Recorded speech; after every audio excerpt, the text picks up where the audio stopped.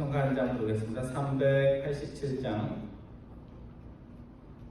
찬송가 387장. 우리 통일 찬송가로는 440장입니다. 440장, 387장. 멀리 멀리 갔더니 우리 찬양하겠습니다.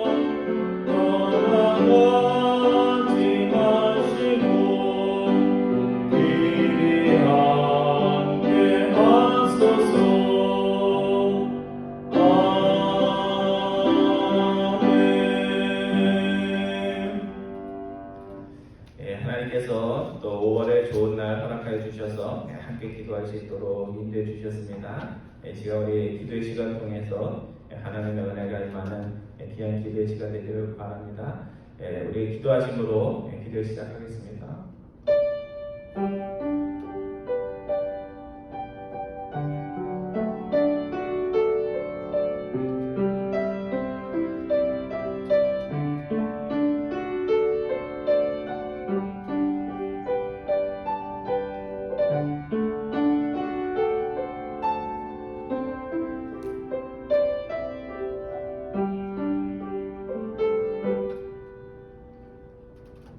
좁은 문으로 들어가라. 멸망으로 인도하는 문은 크고 그 길이 넓어 그리로 들어가는 자가 많고 생명으로 인도하는 문은 좁고 길이 협착하여 찾는 자가 적음이라.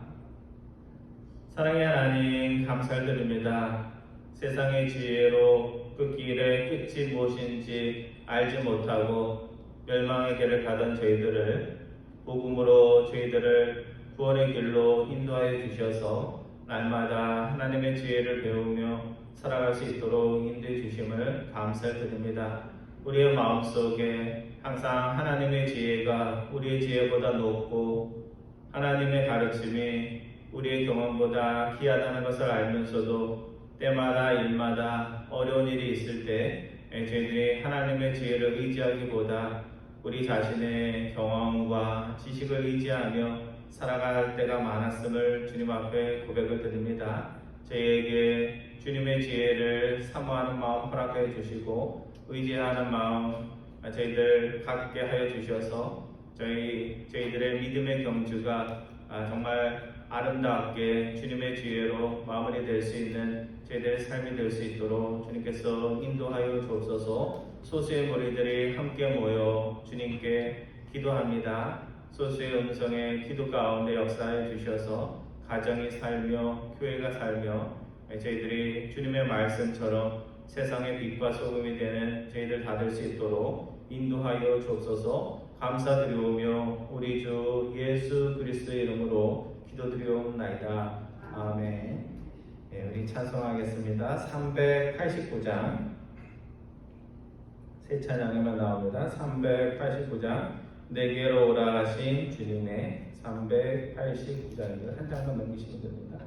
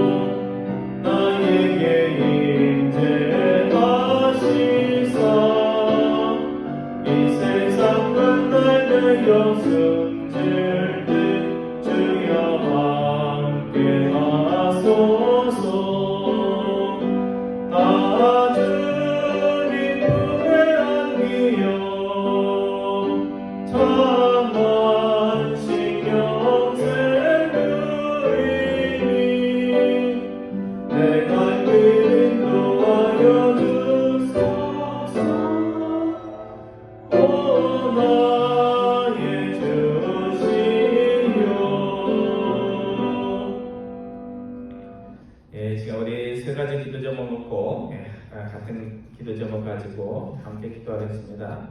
여러분은 여러분이 지혜롭다고 생각하십니까? 하나님의 지혜 없이는 작은 일도 할 수 없는 자라고 날마다 고백하며 살아가고 계십니까? 이 시간 우리 기도할 때 하나님 나의 지혜와 지식 자랑하지 않고 날마다 여인들이 우물에 나가 샘물을 기르듯 날마다 하나님의 지혜를 구하며 그 지혜로 살아가는 자 되게 하옵소서 기도하기 원합니다. 두 번째는 우리 6월 첫 주일부터 주일 성경 공부를 또 1년 만에 또 다시 시작을 합니다. 주님께서 사람이 떡으로만 사는 것이 아니요 하나님의 말씀으로 산다 했습니다. 음식의 맛에 우리가 감탄하는 것처럼 주님의 말씀이 꿀보다 덜 다르다 고백하는 그런 교우들 다 될 수 있도록 이 시간 기도해 주시기 바랍니다. 세 번째, 여러분의 기도가 필요한 분들, 생각나는 분들 마음에 그리면서 기도해 주시기 바랍니다. 우리 세 가지 기도 제목 놓고 함께 기도하겠습니다. 하나님 감사드립니다. 항상 연약하고 부족한 저희들 주님의 말씀의 자리로 예배의 자리로 기도의 자리로 불러주셔서 저희에게 주님께 예배드릴 수 있고 또 찬양하며 기도하며 하나님의 말씀에 귀 기울일 수 있도록 인도해 주심을 감사드립니다. 저희들은 하루가 지혜로웠다가도 또 그 다음 날에는 예전에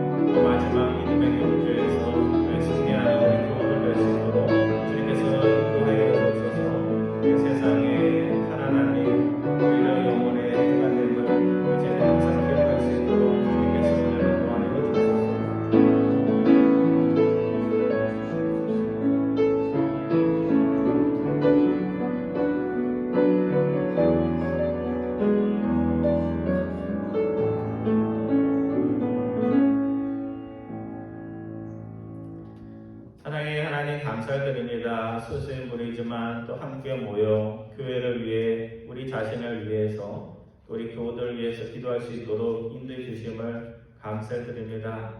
저희들은 하나님의 말씀으로 지혜로웠다가도 그 다음날 또 어리석음에 빠지는 연약한 이들임을 주님 앞에 고백을 드립니다. 교만한 마음으로 나의 지식과 경험 의지하지 않고 날마다 영적으로 겸손하여서 하나님이 주시는 새로운 지혜 가운데 의지하며 살아가는 저희들 다 될 수 있도록 인도하여 주옵소서. 6월 첫 주에 주일 성경 공부를 시작합니다.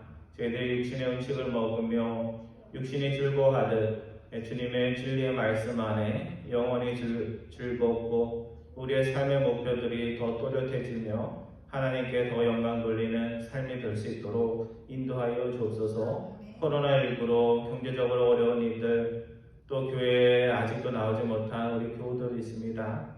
여러 가지 여건들이 좋아졌음을 저희들이 압니다.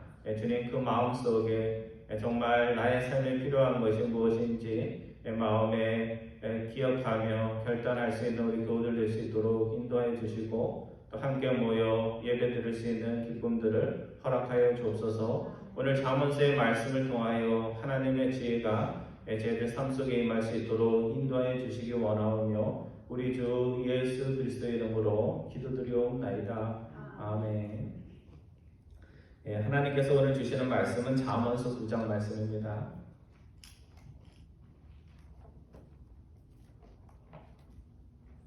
제가 가진 성경으로 잠언서 9장 13절부터 18절인데요. 페이지 수로는 920페이지입니다. 920페이지 잠언서 9장 13절부터 마지막 절 18절까지 한 절씩 기록하겠습니다. 미련한 여인이 떠들며 어리석어서 아무것도 알지 못하고 자기 집 문에 앉으며 성읍 높은 곳에 있는 자리에 앉아서 자기 길을 바로 가는 행인들을 불러 이르되 어리석은 자는 이리로 이르리라. 곧 지혜 없는 자에게 이르기를 도둑질한 물이 달고 몰래 먹는 떡이 맛이 있다 하는도다. 오직 그 어리석은 자는 죽은 자들이 거기 있는 것과 그의 객들이 수월 깊은 곳에 있는 것을 알지 못하느니라. 아멘.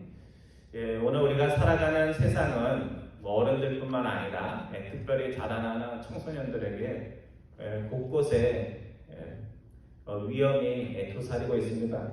한 번은 제가 뉴스 기사에서 이런 내용을 봤습니다. 어떤 미국 남자아이 중고등학생 정도 되는 그런 남자 청소년이 자살한 사건이 있었습니다. 그래서 아버지가 자살할 이유가 없는데 왜 이 아이가 자살을 했나 하고 그 사연을 그 사전을 살펴보았더니 사연이 이렇습니다. 이 나쁜 놈들이 돈을 뜯으려는 생각으로 자신들이 여자인 것처럼 여자친구인 것처럼 그 아들과 채팅을 계속 나눴던 거예요. 그러면서 이제 친해졌다고 저기 너의 벗은 몸을 보고 싶으니까 그걸 사진을 찍어서 나에게 보내라 이렇게 한 겁니다. 그래서 이 소녀는 그냥 여자친구인지 알고 그렇게 하면 안 되는데 청소년 때니까 사진을 보낸 겁니다. 그러니까 사진을 확보하자마자 이 악당들이 이제 본색을 드러낸 거죠. 그래서 너가 나에게 언제까지 돈을 주지 않으면 너가 보낸 그 사진, 나체 사진을 학교나 부모님에게 보내겠다 이렇게 협박을 겁니다. 이 소년이 돈은 구해야 되겠고 그것을 부모에게 얘기도 못하고 그래서 낑낑거리다가 결국은 극단의 선택을 한 것입니다. 그래서 오늘 요즘은 여성들에게도 위험한 일들이 참 많지만요, 우리 남자아이들도 겉으로 보면 멀쩡하죠, 그렇죠? 그렇지만 정서적으로 약하기 때문에 이런 악단들의 그런 나쁜 손에 걸리면 이처럼 전혀 생각지 않았던 일들이 벌어지는 것입니다.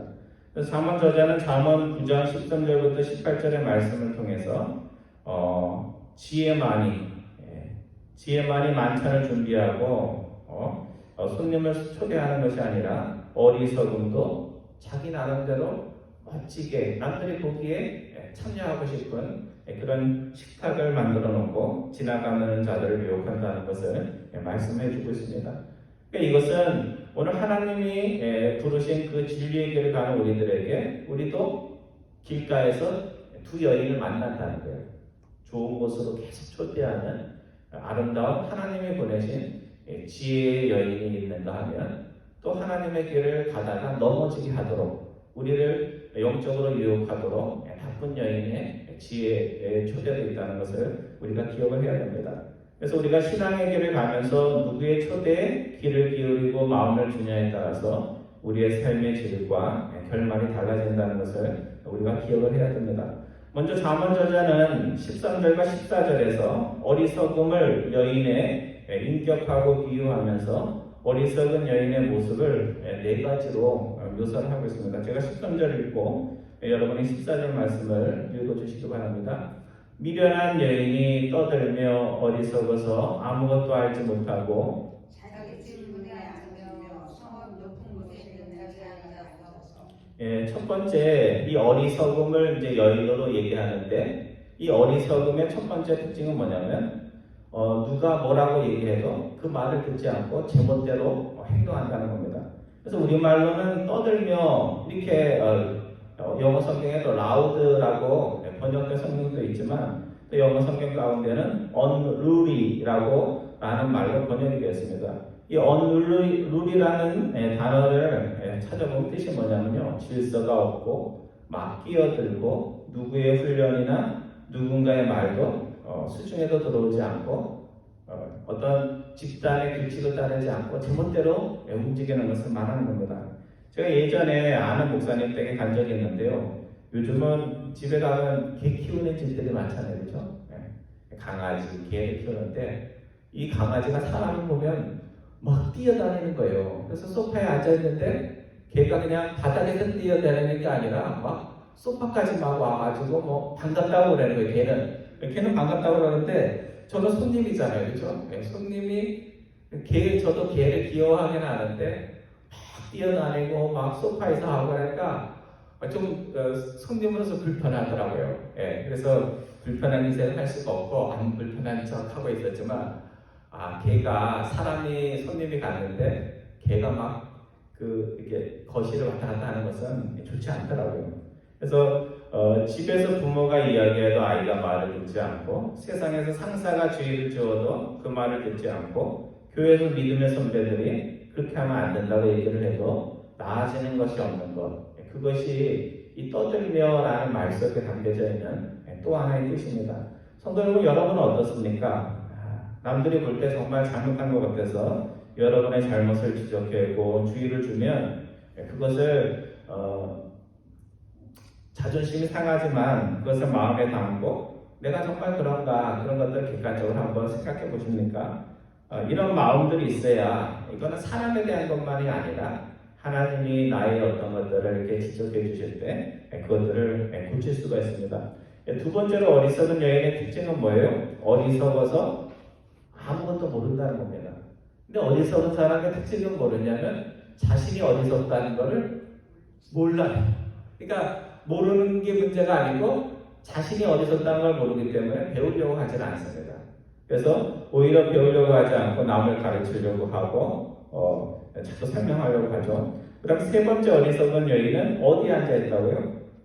자기 지분에 앉아있다 이렇게 되어 있습니다. 여러분, 우리가 앉을 때 어디에 앉아야 돼요? 자리를 잘 봐가면서 앉아야 되죠. 그렇죠? 생각해보세요. 교회 나가는 입구에 어떤 사람이 떡하게 앉아있으면 나가는 사람들이 어떻게 하겠어요?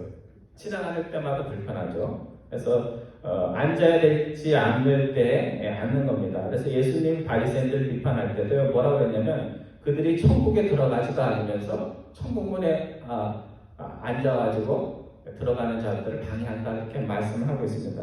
그래서 어리석은 여인도 그와 같고 그 다음에 네 번째 어리석은 여인은 어디에 앉아있다고요? 성읍 높은 곳에 앉아있어요. 성읍 높은 곳에 앉아있다는 것은요, 높은 데 집을 짓는 사람, 옛날에 고대 높은 데 집을 짓는 사람은 잘 사는 사람들이에요. 사회적 지위가 높은 사람입니다. 그러니까 사회적 지위가 높고 잘 살고 우리도 언제 저런 집에서 살아보나 하는 사람들 중에서도 하나님의 지혜를 알지 못하고 어리석은 자들이 많다는 겁니다. 그러니까 우리 한국 분들은 다 그런 건 아니지만 높은 자리에 그 유교 사상과 높은 사람에 대한 존경심이 있어갖고 높은 자리에 있는 사람이 뭔가를 얘기를 하면 저 사람은 뭔가 알고 얘기하는 거겠지 하면서 그것에 순종하는 마음이 있습니다.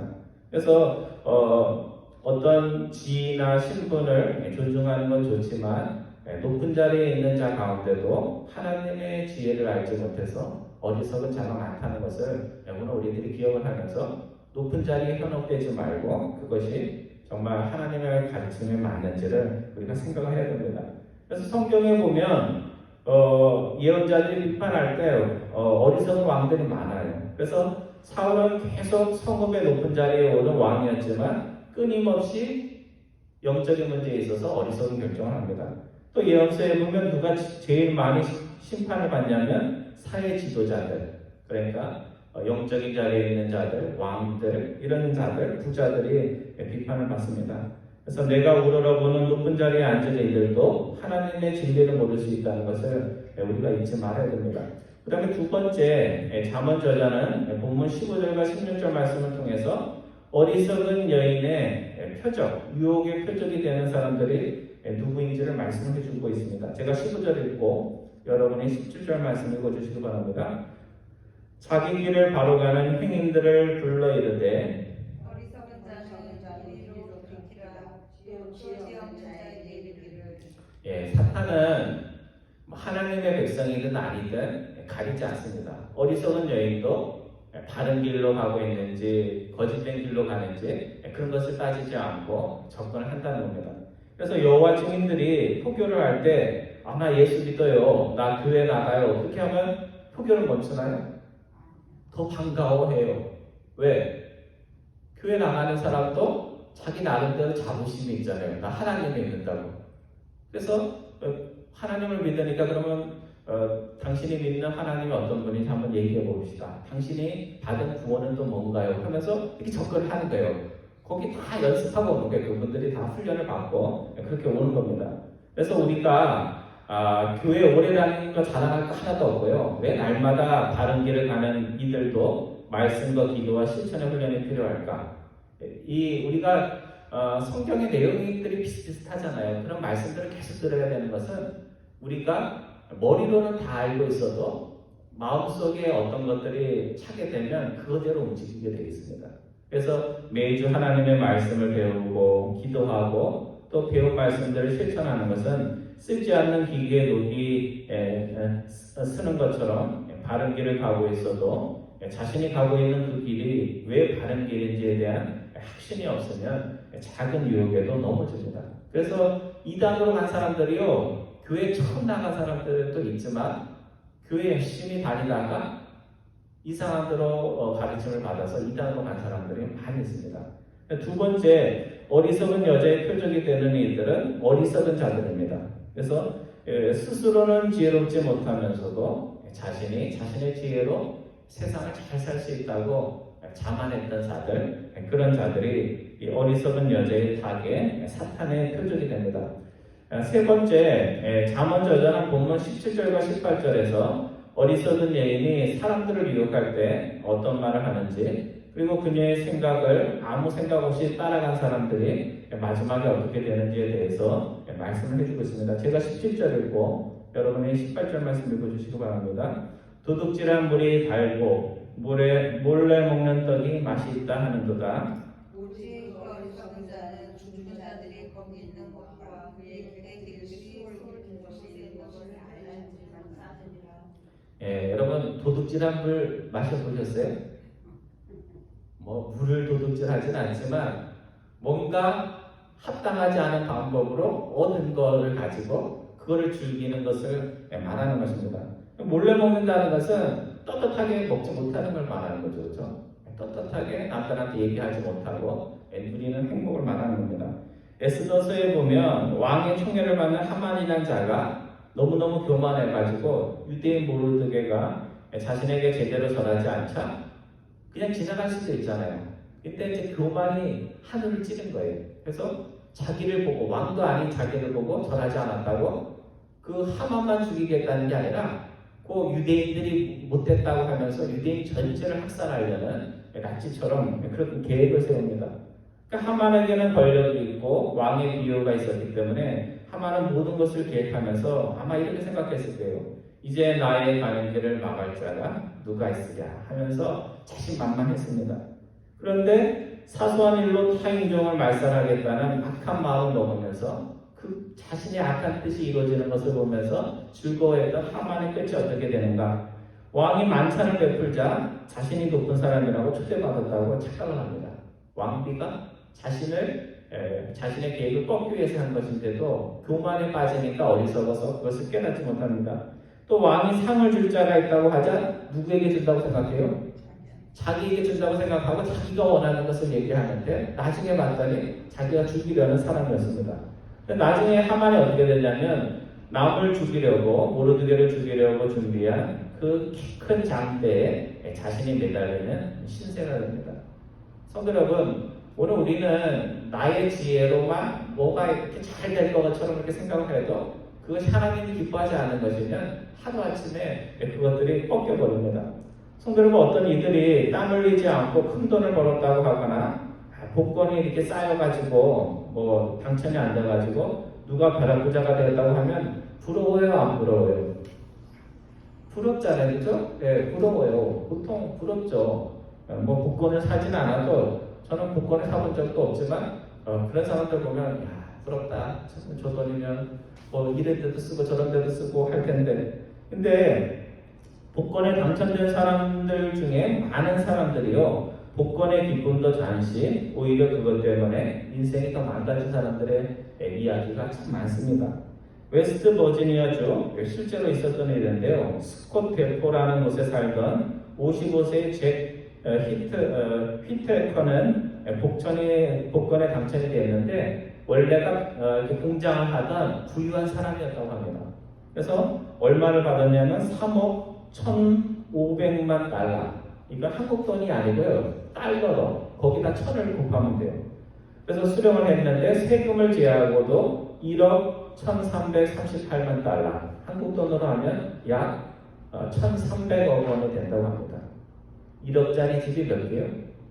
1,300개가 되는 거고요. 13억짜리 집으로 하면 100개가 되는 겁니다. 그래서 이 자수성가한 사업가답게 그는 당첨금을 받아가지고 나쁜 일에 쓴 게 아니고 좋은 일에 썼어요. 경기가 불안정해 회고했던 직원들 25명을 복지시키고 자선재단을 설립하고 또 교회를 출석을 했나 봐요. 그래서 11조도 냈어요. 엄청나게 한 거죠, 그죠? 1,300억에서 11조는 얼마예요? 130억을 11조를 한 거예요. 그런데 그 다음에 문제였어요.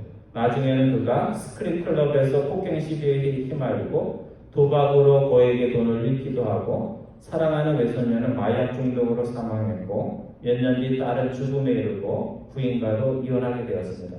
그래서 이 사람이 방송 인터뷰에서 손녀가 죽은 것도 다 그 돈 받는 것 때문이다 이렇게 얘기를 하면서 뭐라고 얘기를 하냐면 복권 당첨은 자기에게 축복이 아니라 저주였다 이렇게 고백을 했다고 합니다. 또 어떤 당첨자는 돈을 요구하는 주변 사람들, 복권에 당첨됐으니까 돈 달라는 사람이 얼마나 많겠어요, 그죠? 아는 친구들도 돈 달라고 했을 테고, 가족들, 아내들, 별의별 일들이 다 있죠. 그래서 그 사람은 2년 만에 스스로 머리에 총을 쏴서 자살하는 비극을 맞았다고 합니다. 여러분, 힘들어서 돈 버는 게 어렵죠. 그렇지만 그 돈이 진짜 돈이고 그 나머지 돈들은 이 도둑질한 물처럼 나중에 끝이 좋지가 않습니다. 성도 여러분, 도둑질한 물이 달고 몰래 먹는 떡이 맛이 있다고 해서 그 재미를 붙이면 어떻게 하겠어요? 계속해서 도둑질하고 자신이 가져서는 안 될 것들을 몰래 나쁜 짓을 하게 됩니다. 하지만 그 일을 계속하다 보면 결국은 도둑질한 그 일로 대가를 치르고 몰래 나쁜 짓 하다가 어떻게 돼요? 발각되는 날이 나오죠.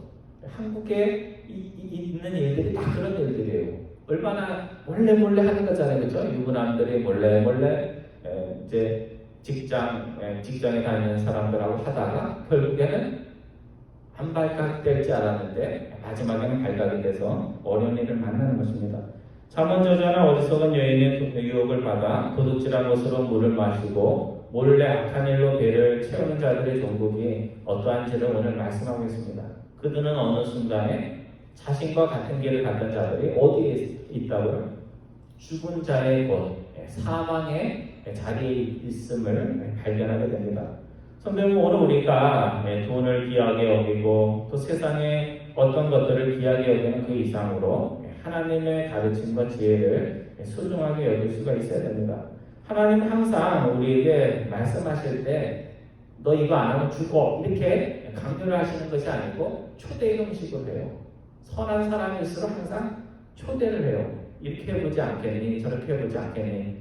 그래서 우리가 막 명령하면 거기에 귀가 죽어서 하는데 좀 해보려니 이렇게 하려고 하니 하면서 초대를 하면 우리의 마음속에 어떤 마음이 있어요? 겸손한 마음이 있으면 그 초대를 귀하게 여기지 않은데 이 마음에 교만이 가득 차면 그냥 부드럽게 얘기하는 사람들의 이야기를 우리가 귀담아 듣지 않는 마음이 있습니다. 저는 탕자의 비유를 읽다 보면 궁금한 것이 하나 있습니다. 큰아들이 아버지 곁에 한 번도 떠나지 않고 아버지가 밭에 가자고 그러면 맨날 따라갔던 형이 마지막에 아버지가 준비한 그 만찬의 식에다가 준비해놓고 같이 와서 먹자 이렇게 얘기합니다. 그러니까 아버지 초대를 그냥 따르면 되는데 왜 안 들어간 거예요? 그 식탁에 가면 누구를 만나요? 자신이 미워하는 그 동생을 만나야 되니까 그 미움 때문에 하나님이 마지막으로 초대한 그 자리에 가지 못했다는 겁니다. 그러니까 제일 중요한 게 뭐예요? 열심히 아버지 따라다니는 것도 아니고 오랫동안 아버지를 안 떠난 것도 아니고 결국은 마지막에 중요한 게 뭐예요? 하나님의 지혜의 초대와 말씀의 초대 그 자리에 앉았어야 되는데 형은 자신이 잘한 것 때문에 오히려 동생을 미워하는 그 마음 때문에 그 자리에 앉지 못했다는 겁니다. 오늘 우리들이 교회 오래 다니는 거 자랑을 하나도 못해요. 그게 중요한 것이 아니라 하나님께서 교회의 자리에 예배의 자리를 통해서 말씀과 지혜로 초대할 때 그 음성을 들을 수 있어야 됩니다. 그게 목사님의 말씀을 통해서 들리든 아니면 같은 교우들의 말씀, 성경공부 같이 하자는 초대로 들리든 그런 것들을 소중히 여기고 참석할 수 있어야 됩니다.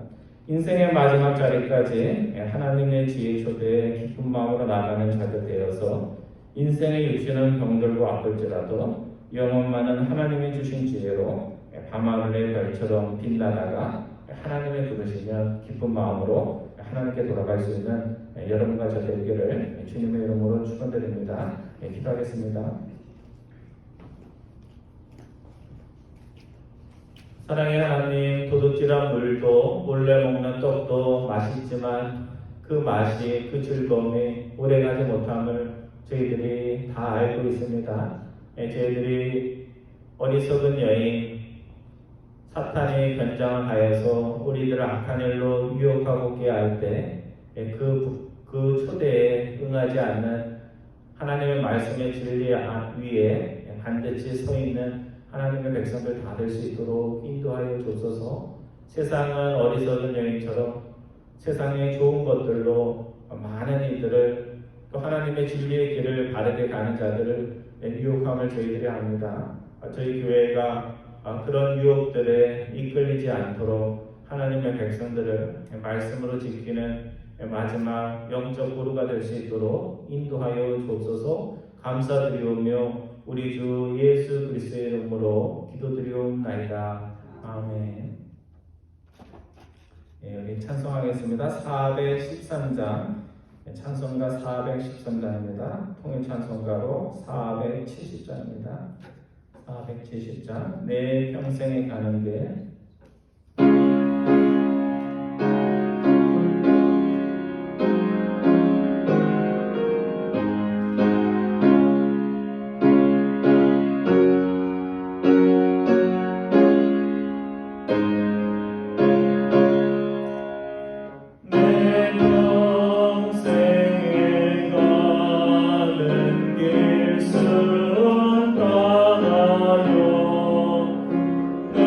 늘